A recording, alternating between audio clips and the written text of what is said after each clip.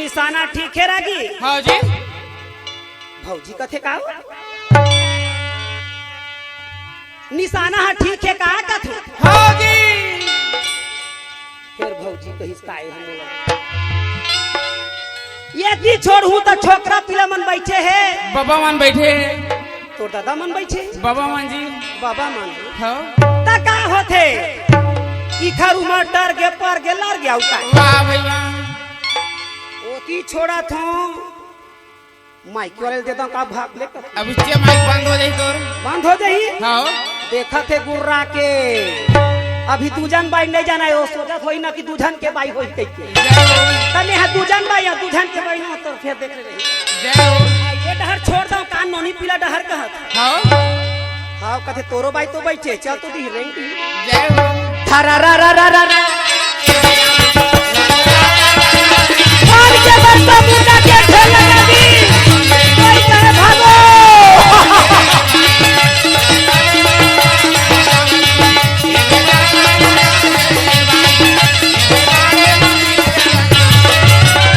विमाला छोड़ के देवता मन भगावे का हमर जीवन ही बात है।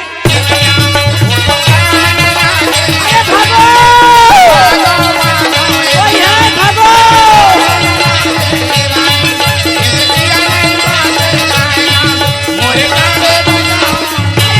भागो कोई कहे बच जाओ कोई कहे भाग जाओ। विमाला छोड़ के देवता मन कहे ये कोठा बान हमला परी तो हमार दादा नहीं बाचे कहे। चर्चा देवता मन करते दोनों दल में ऐसे बांध चला थे कैसे कि आने वाला परलय आजे ना हो जाए। वाह भैया। तो दूसरा राजा कहे जब परले हो जाए हाँ। तब हार और जीत काखर होई ये तो समझ नहीं आई। वाह भैया। तो तीसरा राजा कहे तय हम पागल हंस बड़े भैया। वाह भैया। अरे जहाँ धर्म है वहाँ कृष्ण हाँ? और जहाँ कृष्ण है वहाँ विजय होने में संदेह। वाह भैया। भोला ला पूछे पार्वती वो भोला ला पूछे पार्वती वो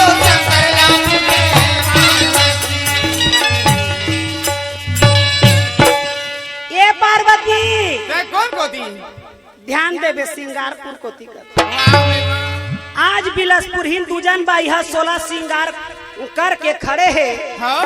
ककनी हरैया टोड़ा सुर्रा करधन नी दिखत होई तोहर आँखी मन कैमरा वाला कथो देखा थे। कैसे चुप बैठे नहीं खींचते फोटो एको छन वो चला थे। देहू पूरा हाथ में हाथ ल धरे बैठे का तो पैसा मैं कटवा हूं कटवा। जय हो। त कथे का हरि दर्शन का बापोएगा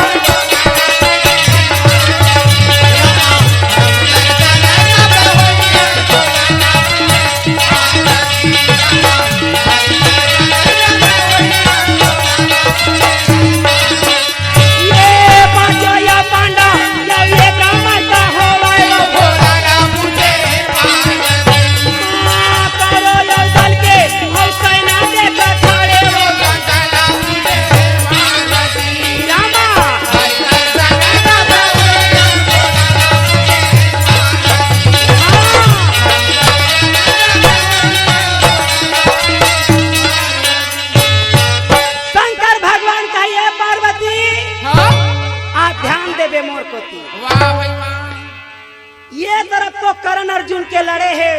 हाँ? माते कस के लड़ाई वाह भैया। और दूसरी ओर हाथ में गदा लेके भीम से मचल तो भीमा से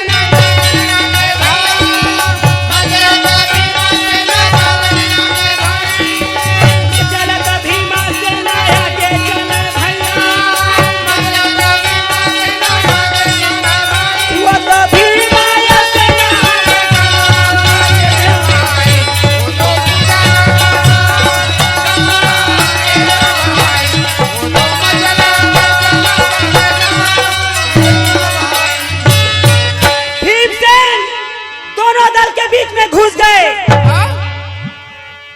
कौरों के रथ पांडा डहर जात देखे। तब के गदाधारी भीम से रथ के पहिया में गदा डाले। ताकत भर अपन भुजा ला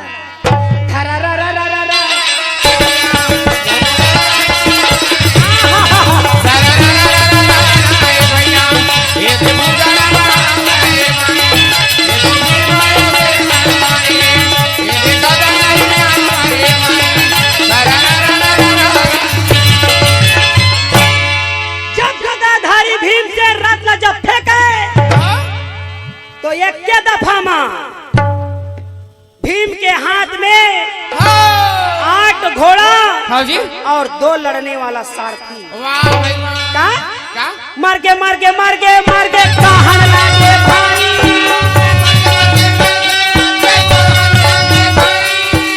मार के कहां लागे भैया,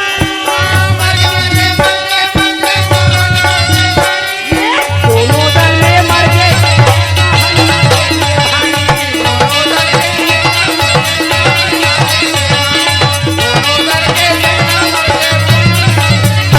कोई कहे बचाओ बचाओ, भीमसेन कहे बचाने वाला कम से कम सामने मत बुलाओ। वाह भाई वाह।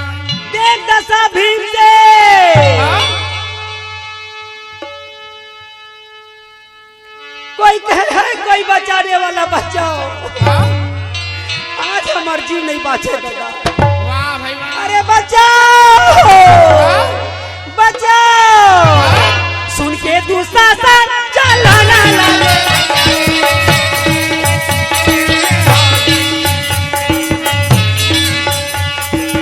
सुन के दुशासन चलाना लगे, भीमसेन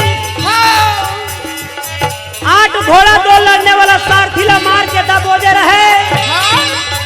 एती सेना कहे बचाओ बचाओ, दुशासन मन में सोचे क्या सोचे? पांडा मन कहीं बाहर से पहलवान तो नहीं बुलाए, वाह भाई वाह। अच्छा सेना में खलबली मचे है, हो सकते पहलवान बुलाए। वाह भाई वाह। सुन के दुशासन चलाना लगे, बैगर मारे नहीं छोड़ा बाहर, चलाना लगे,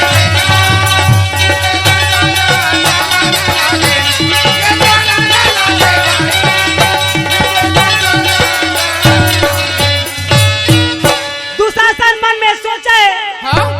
कि मैं तो सोचत रहे पांडा मन बाहर से पहलवान बुलाए हुए, लड़े भाई। ये तो गदाधारी भीमसेन है, हाँ जी। एक झला नहीं 2 झला मार के पटके है, हाँ? और जब तक मैं चिल्लाहूं नहीं तब तक गदाधारी छोड़ने वाला नहीं। वाह भाई वाह। वही मेरे जाके हफ्चा के जेल में भीमसेन दबोचे रहे। वाह भाई वाह। का बतावा भाई वही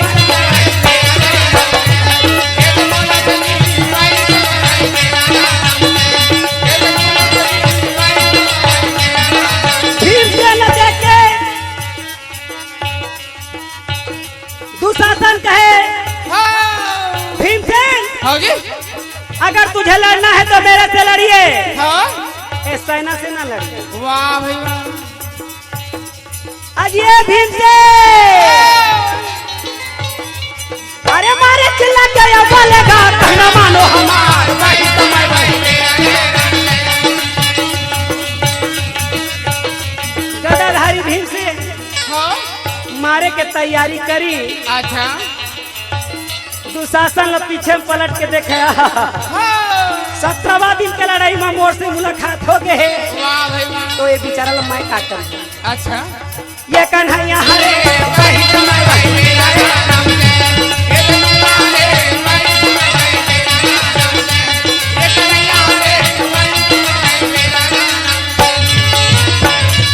अब ये भीमसेन अगर तुझे लड़ना है तो मेरे से लड़िए, ये सेना से साथ लड़ाई करे से कोई फायदा नहीं। वाह भाई वाह। भीमसेन दुशासन के बात ला पलट के देखे, अच्छा। आज 17वां दिन के लड़ाई में हाँ? तोर मोर मुलाकात हो गए है, हाँ जी। ता ये बेचारा मला दूझला मार के मैं का कर, वाह भाई वाह। धक्का मार के कहे जाओ, काय बोकर बोकर देखा था, हाँ जी। मोर से लड़ने वाला पीछे मत खड़े। वाह भाई वाह। गदाधारी भीमसेन पलट गए, हाँ? बोल कैसे लड़ाई लड़ना है। हाँ जी। दुशासन मन में सोचे बाप रे बाप, वाह भाई वाह। गदा युद्ध कहा था तो गुरु द्रोणा से सीखे तो सीखे है, हाँ जी। भैया बलराम मेरा लग जाके सीखे, वाह भाई वाह। भीम के आगू में तो मैं बिल्कुल जीरो हूं। वाह भाई वाह। तो गदा युद्ध नहीं भैया, हाँ? लड़ना है तो हमें मैल युद्ध हो जाए। वाह भाई वाह। गदाधारी भीमसेन सुनी तो वो अपन गदाला छोड़ दी। रख दी, हाँ? और दुशासन घला अपन गदाला छोड़ दी वो तो जंगल मिलावा था वो तो पूजा लगाया वो तो जंगल मिलावा वो तो पूजा लगाया अरे भीमसेन के ताकत क्यों लगे रहे दुशासन से मस्त न हो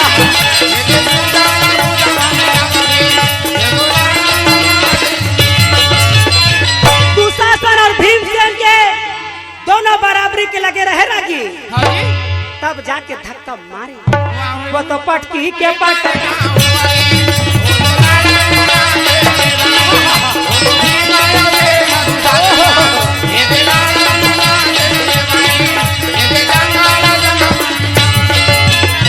मार छाती में छलांग मार के भीमसेन दुशासन के ऊपर चढ़ बैठे वाह भाई वाह दुशासन कहे बचाओ कोई है बचाओ तब के खिसिया के गदाधारी भीमसेन कहे क्या कहे अरे वो नीच दुशासन हाँ जी जैन तोर प्राण के रक्षा कर ले तले याद कर ले हाँ कोई है हाँ जी कौरव या पांडव दल में हाँ जो यह पापी दुष्ट की रक्षा करे वाह भाई वाह तब के दारी खिसिया गए हाँ दुशासन कहे बचाओ बचाओ कोई है बचाओ वाह भाई वाह परंतु वहां कौन सामने वाले हाँ जी देख दशा भीम से हाँ और मारे के तैयारी करा था वह भैया वाह भाई वाह तब के दारी में फिर ललकारा थेगा कोई है हाँ जी कौरव या पांडव दल में हाँ जो ये दुशासन के प्राण की रक्षा करे वाह भाई वाह अर्जुन मन में सोचे क्या सोचे अरे कौरव ला कहे त कहे पांडव ला घला चिल्लावत हाँ जी तो का मैं चूड़ी पहन के हाँ जी हाँ कृष्ण भगवान ला कहे हे गिरधारी हे बनवारी हाँ भीमसेन एक जन दुशासन लका मार के पछाड़े है हाँ अपन आपला सवा शेर बतावा वाह भाई वाह तो मोर रथ ला लेके भीमसेन के आगे में खड़े कर दे हाँ ओहू ला बतावा मैं कुंती पुत्र के वाह भाई वाह कृष्ण भगवान अर्जुन के बड़बड़ाई ला देखी त कही अर्जुन हाँ तोला भीमसेन के ताकत के अंदाजा नहीं है तो मैं बताऊं वाह भाई वाह अर्जुन कहे बोल बोल बोल क्या बोला था हाँ तो कहे पहली टाइम ला देख ले यार के बजट कैसे 11:15 बजे जी आओ के बजे तक गाबो 12 तक 12 11:15 है ना हाँ। ओ सूरज के पापा समझ गई सोही तो कृष्ण भगवान अर्जुन ला समझावे अब अर्जुन ला समझाते समझाते कहा थे भैया कहे अर्जुन हाँ तोला एक बात बता क्या बात है जरा तोला कुटुंब परिवार नहीं जाने हाँ तो कहे का बात है क्या बात है आइएला नहीं जाने गजमू जय हो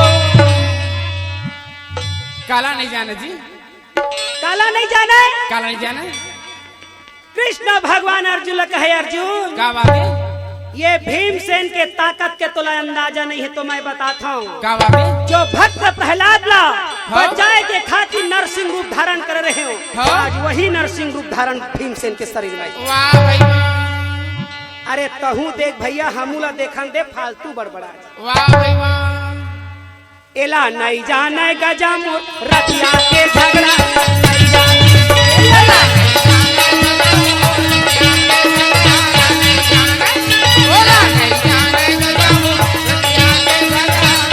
एला नहीं जाने गजम रतिया के झगड़ा नहीं जाने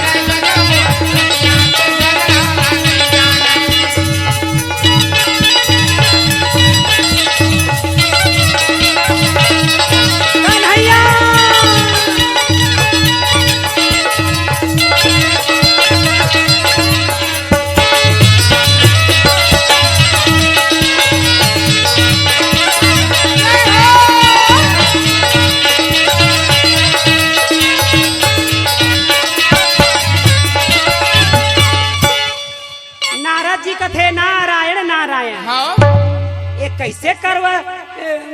कृष्ण भगवान रचा थे माया लड़े हाँ जी कुरुक्षेत्र मैदान में लड़ाई करे आहे काय पंडवानी शुरू कर वाह भाई वाह नारद जी कथे ते तो चुपचाप रहता मुरल धरे हत्ता हाँ बोला नहीं जाना हो येला नहीं जाना बोला नहीं जाना बोला नहीं जाना हो येला नहीं जाना बोला नहीं जाना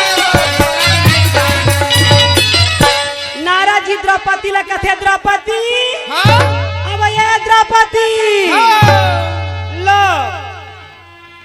कृष्ण भगवान फिर सत्संग करत है कुरुक्षेत्र मैदान में जाके हाँ जी तो का कहते कथे वो नहीं जाना कहा थे हाँ। और सवेरा धीरे धीरे जन्मावा थे वाह भाई वाह द्रौपदी कथे कौन गोठला गोठा ही ना कौन गोठला कहते हाँ जी करिया बिलवा रौता खानदान के कल उठवा तो आए कहत हाँ दार रांधे भात रांधे घिउ के डारे बखरा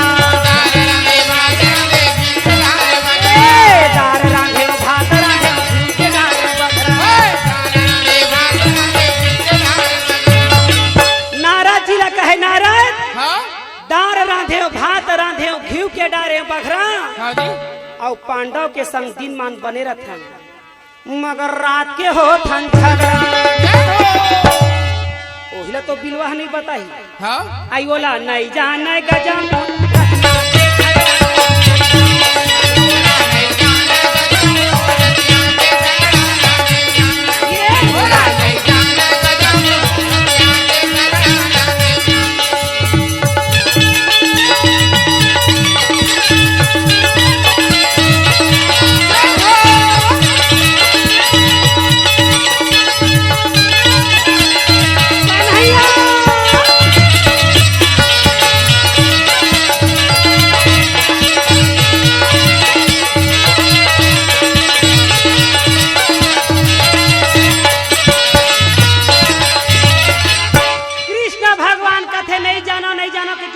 कि कुछ आगू पाछू हवे हाँ बोल बोल बोल क्या बोला थकते हाँ जी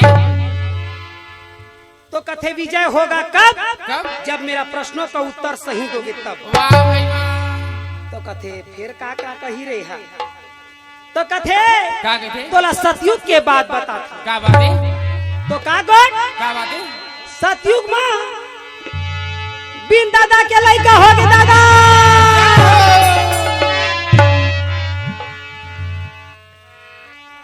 अर्जुन का है बिन दादा के लड़का कौन होतेगा हाँ जी बड़ा विचित्र विचित्र गोठियाते हो यार कहत हाँ अरे बिन दादा के लड़का तो आज तक कौन होइत नहीं कैसे तो कथे जेना देवी भागवत वेद पुराण सुनात हो श्रीमद् भागवत सुनात हो ही हाँ तेने मन भेद ला जानी अर्जुन हाँ जी तोर का सा दिन भर लड़ाई झगड़ा पान गुटका मनी भुलाए वाह भाई वाह तो सतयुग में बिन दादा के लड़का कौन है कौन है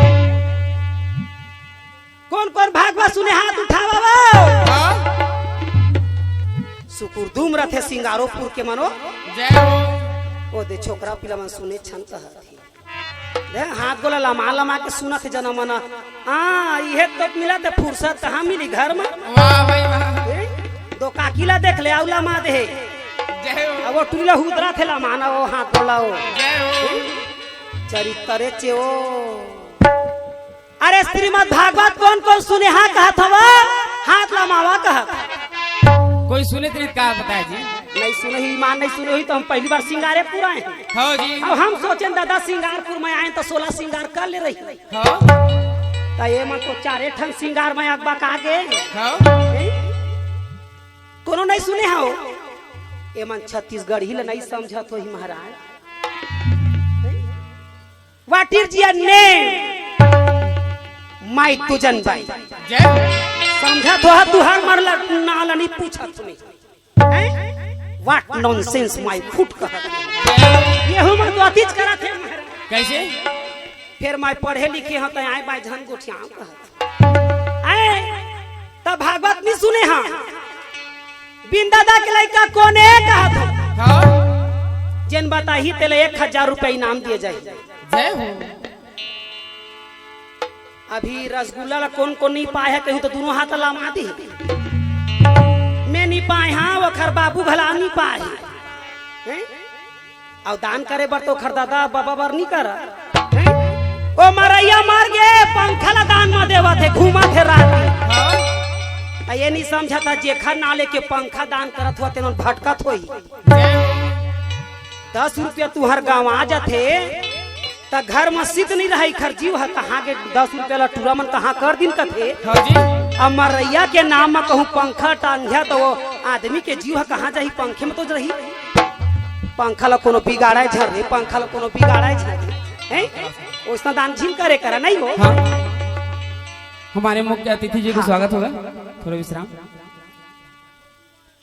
लेवा सोच के बता बिन दादा के लड़का को 1000 रुपया दूहू आ गलत बता तो 2000 ले लू नहीं तो दे मंत्री आए तेखरे में लू कैसे कर जय हो बोल दे वृंदावन बिहारी ना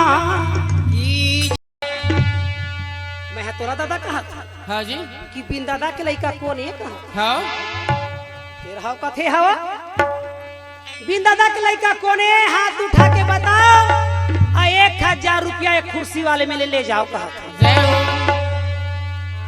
डर के मारे नहीं आई 2000 देन पर जी के तब बिन दादा के लड़का कौन है बता दो कौन है मैं हर जय हो साथियों के गोठला गोठिया था हाँ तो लगरमा थे वो हमार फूफू सास हाँ जी हाँ डोलाडर पंखा ला आहे ना ये मां तो बिन दादा के लड़का के गाना है गाना है घर घर महावय गणेश देवदानी हो रहे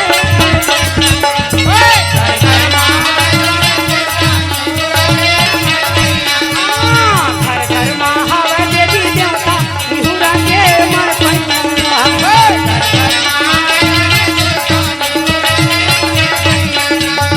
मैं पैया लगा ये दे मैं पैया मैं पैया लगा तोरे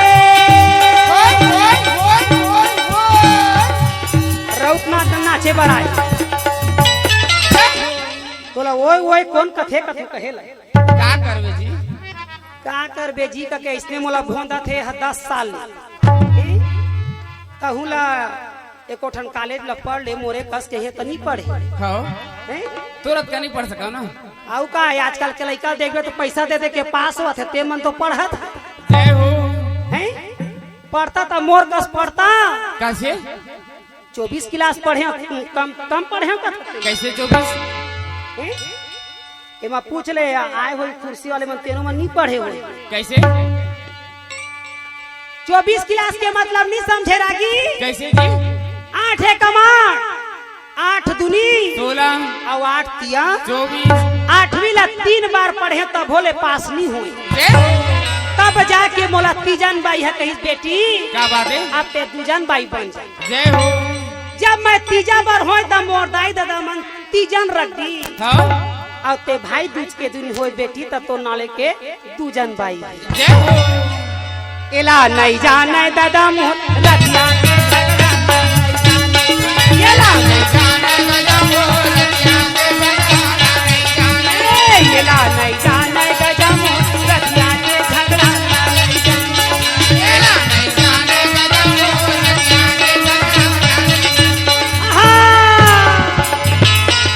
पार्वती एक दिन ठलहा बैठे रही है हाँ आई ही नवरात्रि के पर्व चलत से हाँ जी अमावस्या के रात रागी हाँ यही गर्मी के नवरात्रि में गुप्त नवरात्रि में देवी पार्वती बैठे सोचा थे क्या माना के बातें मन में सोचेगा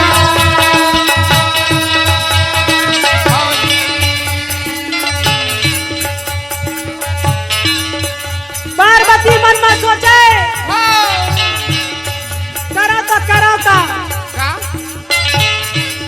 वही समय वही मेरा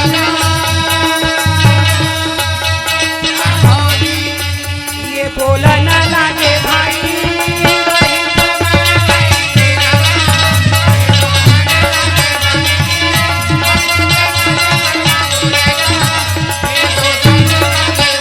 पार्वती मने मन में विचार करे हाँ कि शंकर भगवान वरदान दे है मोला हाँ जी शादी से पहले महादेव कई दिस की पार्वती हाँ ध्यान देना हमारे को वाह भाई वाह अगर मोला शादी करा था से एक तो मोला शादी करे के कोई शौक नहीं जय हो तो कहे कोई शौक नहीं। हाँ जी। तो कहते हाँ, अगर तोला शादी करना है हाँ जी। तो ये झन कहबे कि मैं हिमालय राज के बेटी हूँ, तो मैं कैलाश में जाके राज करी। वाह भाई वाह। वहाँ खाए पिए की व्यवस्था नहीं है दादा, अन्ना तो तोला पहले ओढ़े के चीज मिली दादा, वाह भाई वाह। अन्ना तोला रहे के सुख मिलेगा। मोर संग बिहाव करबे हाँ तो ना तो तोला खाए पिए के कोई चीज व्यवस्था हो पाए, हाँ जी। और ना तो तोला पहने ओढ़े के व्यवस्था हो। वाह भाई वाह। ताए कहूँ कहत हो बेना तीजन बाई कस ककनी टोड़ा हर्रैया सुर्रा पहनू कह के हाँ। और सनसनाही तहाँ भारत में विदेश विदेश जाही के वैसना झन गम पा। वाह भाई वाह। ना तो खाए के सुख हाँ। और ना तोला पहने ओढ़े के सुख हाँ। और ना तोला राजमहल के सुख। वाह भाई वाह। और चौथा कहे लोग लड़का के घलाता है तो ये झन के बेसों झन। जय हो। लोग लड़का के हमार किस्मत में नहीं है सुख दिखाए दादा। जय हो। पार्वती कहे कोई बात नहीं। हाँ जी। और पांचवा वरदान तो कहे, और पांचवा वरदान पति के सुख नहीं पावस कहेगा।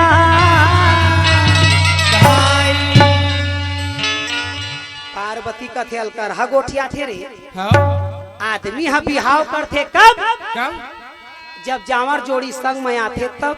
वाह भाई वाह। आइए तो खाए पिए कहीं तल गुपचुप चाटनी खान कहीं। हाँ। नारद जी का थे ये पार्वती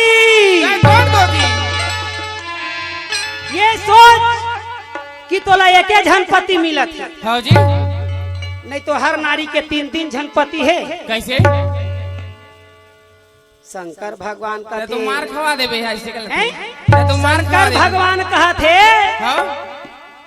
एक झनपति में तो दुर्गति होवा थे, 3-3 झनपति बतावा थे। वाह भाई वाह। आइए नारद जी है पार्वती के गुरु महाराजे। हाँ? अब हमारा घर में आग लगावा। वाह भाई वाह। पार्वती कहे हर नारी के 3 झनपति होते, तो कहते हाँ हर नारी के 3 झनपति होते। कैसे? तो पहला पति पर्सनली पति। जय हो। तुमन बतावा के झनपति तब वो मन चीटपोट नहीं करे काबर ओकरो घर के मन आए हो ही ना। जय हो। अब थोड़ी बता ही स्कूल के समय ला। जय हो। तब पहली पति पर्सनली पति। हाँ? एहुल बता दो कि पति का मतलब होता है पद। एक पद होता है पति का। हाँ जी। पति का मतलब होता है जिससे हमको प्राप्त हो। हाँ? अब पति ला नहीं कभी काय पड़ोसी में लाही लिपस्टिक ला। हाँ जी। अल्लाह ही तो बचावे तो नहीं है ना। हाँ? तो पहला पति पर्सनली पति। हाँ? वो कैमरा वाले हैं आखिर छिप के देखा थे बने बने आई तो ठीक है तो सोच रखे रहे। जय हो। तो पहला पति पर्सनली पति हाँ? जिससे हमको प्राप्त होता है। हाँ जी। यहू पति मन आजकल दुर्गति कर रही है। जय हो। जब तक मांगला भरे नहीं काका तो सब मांगला पूरा करते। वाह भाई वाह। तोरो घर के डोकरी पूछबे पही। हाँ? जब तक बिहाव नहीं हो रहे, जब तक मांगला नहीं भरे हाँ? पुरुष में, तब मोबाइल में भुलाए रही फलदान नहीं हो रहे। हाँ जी। कहाँ जाओगे? सिंगारपुर जाएंगी। जय हो। कौन सा गार्डन में? वो झूला है वहीं तहर जाएंगे। जय हो। क्या खाओगे? मोमोस। जय हो। ये काय मोमोस है? वही चिड़ैया अंडा। जय हो। फोरबे तो वो आउ का खाओगे? तो का कथे गेंगरुआ कसरत थे तेला चाउमीन। चाउमीन। हाँ जी। आउ माउ चाउमीन वो इससे ना खाबो कथे दादा। हाँ? हमार जवान हमार चापा में जवान तो 1 रुपया के 4 समोसा ना खाओ। वाह भाई वाह। बिहाव नहीं हो रहा है, मांगला नहीं भरे रहे तो टूला मन हर मांगला पूरा करते। हाँ? और मांगला भरी तहाँ चाटा कर। जय हो। काबर? काबर? अब तो हमारे हो गए, कहाँ जाओगे कथे? जय हो। अब ज्यादा टेंशन होई तब पौआ ला ले आई। अब कहीं का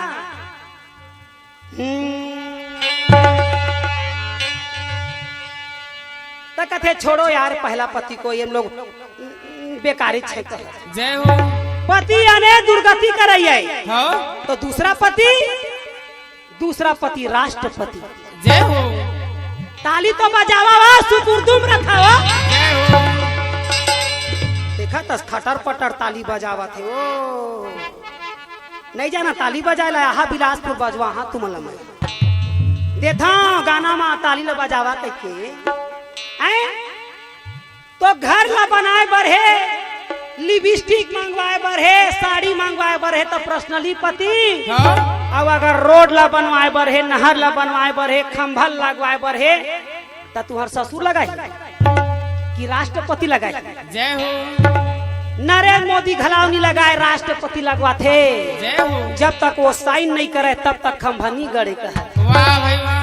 तब दूसरा हम राष्ट्रपति हाँ तब दूजन पति हो गए नहीं कहा था तुमन की का कथा राष्ट्रपति ला काका ससुर कहा तो हम तो राष्ट्रपति कथन बहिन पहली पति पर्सनली पति दूसरा हम राष्ट्रपति हाँ तीसरा हम बता दो तुम्हार पति मन के नाम ला कौन है? ये मन नहीं समझे का मोर भाषा महाराज। तीसरा में जब द्रौपदी जब फंसी हाँ रामदेव बाबा कथे हंसना अच्छी बात है हाँ जी। मगर झरझले कोनो साइकिल सुधा गिर गए तो हंसबे झन कहते। वाह भाई वाह। हाँ के झन मन तो रामदेव बाबा के गोट ला सुन के जय हो। ओ गार्डन में बैहा पगला मन कस बकबकात रहे। वाह भाई वाह। मैं एक दिन डरा के दादा कैसे हंसा थे रे पगला। जय हो। कहते बेटी रामदेव बाबा हंसना अच्छी बात है स्वास्थ्य के लिए मगर कोनो हपचा के गिरी तेला हंसे तो साइकिल बाद में उठाही तोला पहली दौड़ाही।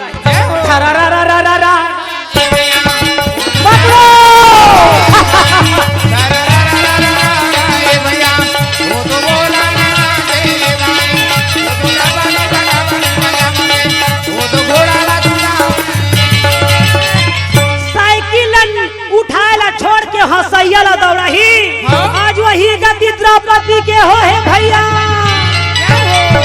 अंधरा के बेटा अंधरा कह के हंसी तो बीच समाज में जाके फंसी। वाह भाई वाह। 5 जन पति के बदौलत में द्रौपदी छत्राणियों कह के अकड़त रहे रही। हाँ जी।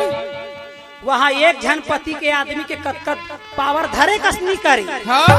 हमार घर के देखबे स्टूडियो वाला है। वाह भाई वाह। हमार घर के देखबे बिल्डर है। हमार घर के देखबे होटल वाला है।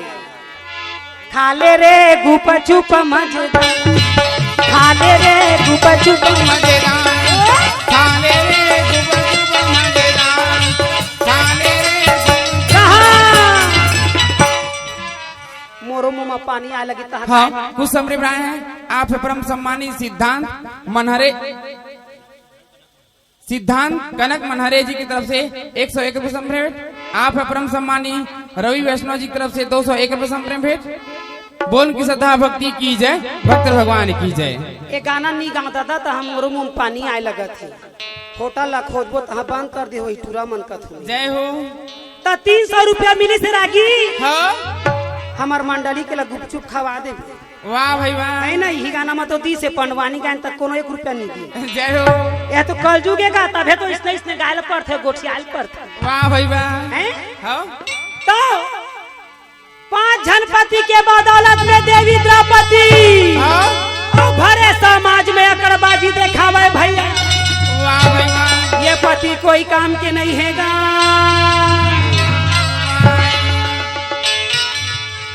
राजा दुर्योधन दुशासन कहे द्रौपदी तोर 5 जन पति बन कोई काम नहीं आई। हाँ जी। अब मोर दादा राष्ट्रपति है धृष्टराज है। हाँ ओहू काम में नहीं आवा थे। हाँ अब बुला ले आओ कौन तोर पति है। जय हो। तब जाके देवी द्रौपदी और जगतपति ला बुलावे भैया। बोलते लक्ष्मीपति भगवान की। तो तीसरा पति कौन है? तुम हो एक सबके प्राणपति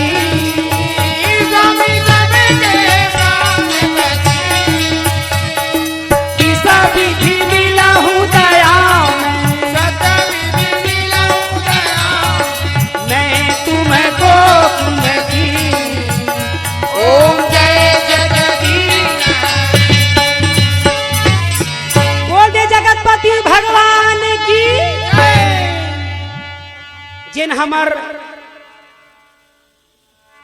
जीवन में काम आई तेन हमर पर्सनली पतिए, जेन हमर देश में काम आवत के राष्ट्रपतिए, अजे में डॉक्टर बैगा बुनिया के मंत्र हकाट नहीं करे, ओला जगत पति ला बात आयला पड़थे। ऐसे कह के विनती करा था वैगा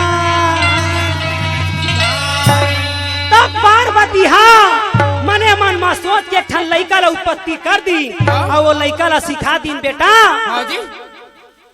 कोनो आही तयान झन दे कथे दाई कौन कौन आही कथे 100 आई जे हवा पानी सब बंद कर दो, कोई नहीं आना चाहिए। वाह भाई वाह। पूरा कथे हवा पानी कैसे बंद कर बोलो, तो हवा पानी नहीं चली तो कौन आही कहत। तो कथे हाँ वही बात ला सुन के कैलाशपति पहुंचा था वह भैया, पार्वती गुफा के अंदर गई और वो लइका ला कही बेटा आज ले मैं पार्वती हूँ, मैं गौरी हूँ, मैं अपन गणना से आज के नाम तोला गणपति के नाम दिए जाते हैं। तय मेरे बैठे रहा बेटा, ये दे लड्डू ला खात रहा और छुछुआ मुसवा में खेलत रहा। पार्वती गुफा में अंदर गई और वो तिले देखा का है आगे भैया गा ये दे आगे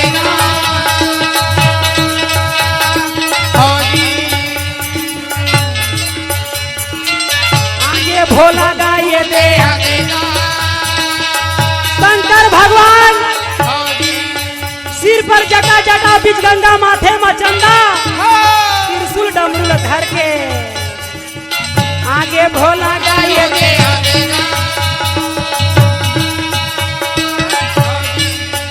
भोले बाबा ये दे आगे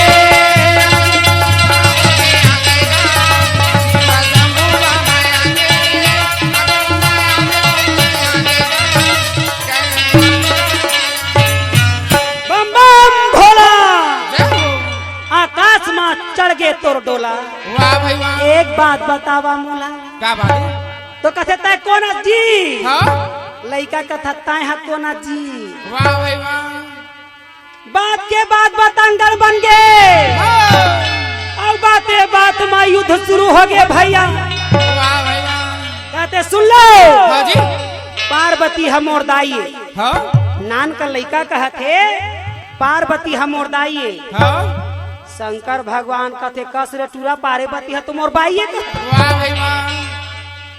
क्या तो कहते हाँ क्या बात है? गणेश भगवान कहे पार्वती मोर दाइये हाँ? और महादेव कहे वही पार्वती हम मोर बाइये दादा। जय हो। सारा देवी देवता में खलबली मच गए। हाँ? तब जाके गणेश भगवान कथे सुन लो हाँ? छोटा बच्चा जान के मुझको ना चमकाना दे, छोटा बच्चा जान के मुझको ना भड़काना दे।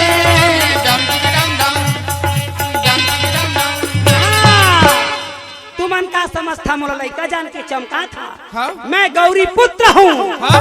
कथे कोनो पुत्र रहा रेंग कथे पतली गली से। वाह भाई वाह। तब जाके कृष्ण भगवान हाँ? विष्णु भगवान के अवतारी समझाते भैया। हाँ जी। कहे हरि अनंत हरि कथा अनंता नहीं जाने कोई साधु संता। वाह भाई वाह। हो सकते कहूँ गौरी पुत्र हो हिता। हाँ? नारद जी कथे का का? एला नहीं जानो गजा मोर रतिया के झगड़ा नहीं जाना।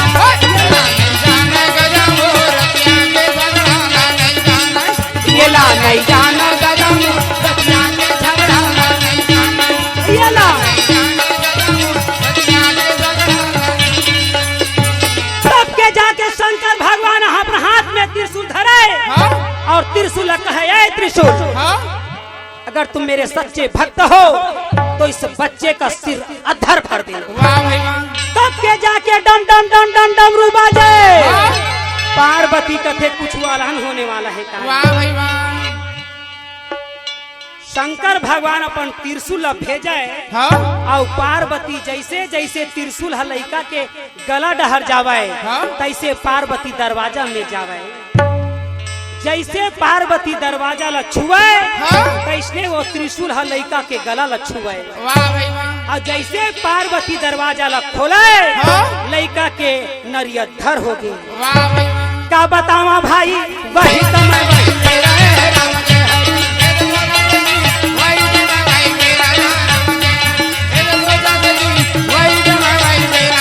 पार्वती सोचा हाय मेरे बच्चे को किसने मारा, मैं माँ हूँ, आज मेरी पुत्र की हत्या किसने किया। वाह भाई वाह, यह देव समाज है, वाह भाई वाह। इस देव समाज में दया किसी को नहीं आई।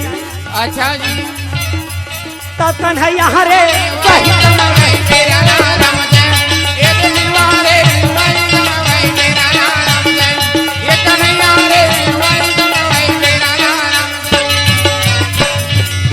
देख दशा देवी पार्वती के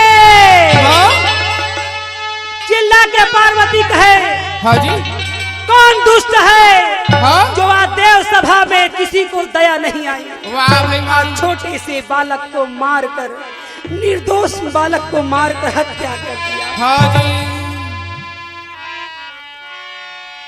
हाय मेरे पुत्र, तुम कैसे जीवित रहोगे बेटा, हाँ? तुम कैसे जीवित रहोगे। अरे इस माँ की ममता को माँ ही जान सकती है, आज ये पुरुष क्या जानेंगे। हाँ जी,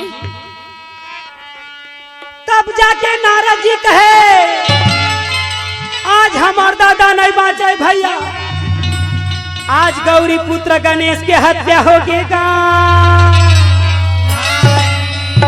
ये डारल टूट के पाना गिरे, देखो भुइयां मची, डारल टूट के पाना गिरे, देखो भुइयां मची, डारल टूट के पाना गिरे, देखो भुइयां मची। हो डारा हो गए सुनागा ये माता के बिना जी, डारा हो गए सुनागा ये पाना के बिना, हो डारा हो गए सुनागा ये माता के बिना जी, डारा हो गए सुनागा ये पाना के बिना, डारल टूट के पाना गिरे, देखो भुइयां मची, डारल टूट के पाना गिरे, देखो भुइयां मची, डारल टूट के पाना गिरे, देखो भुइयां मची।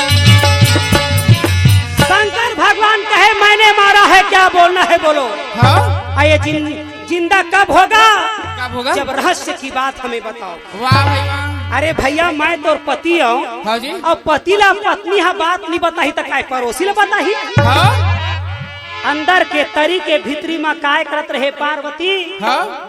ईमान लेके सही सही बताबे तब जिंदा करिया, नहीं तो नहीं कराऊं। वाह भाई वाह, पार्वती कहे बताओ क्या बात है?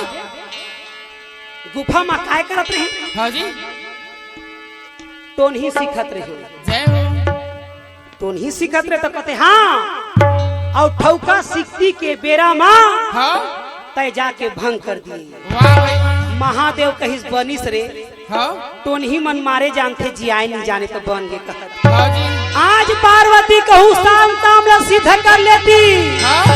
तब आज मारे बिहान हो जाती भैया। हाँ जी, नारद जी हाथ जोड़ के कहतेगा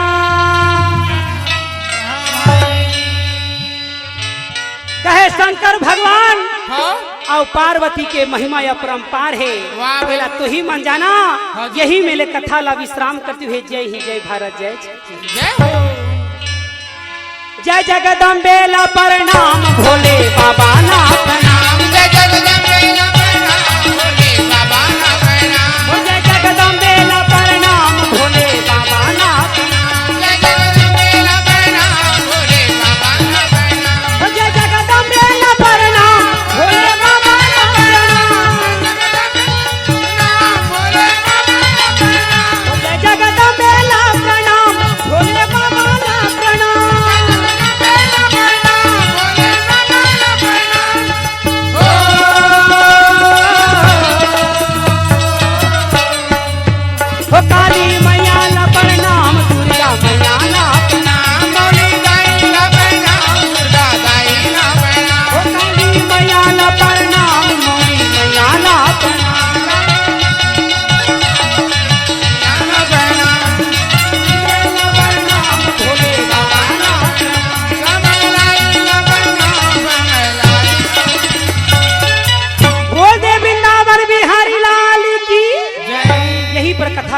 प्रणाम करती हुई जय हिंद जय भारत जय छत्तीसगढ़।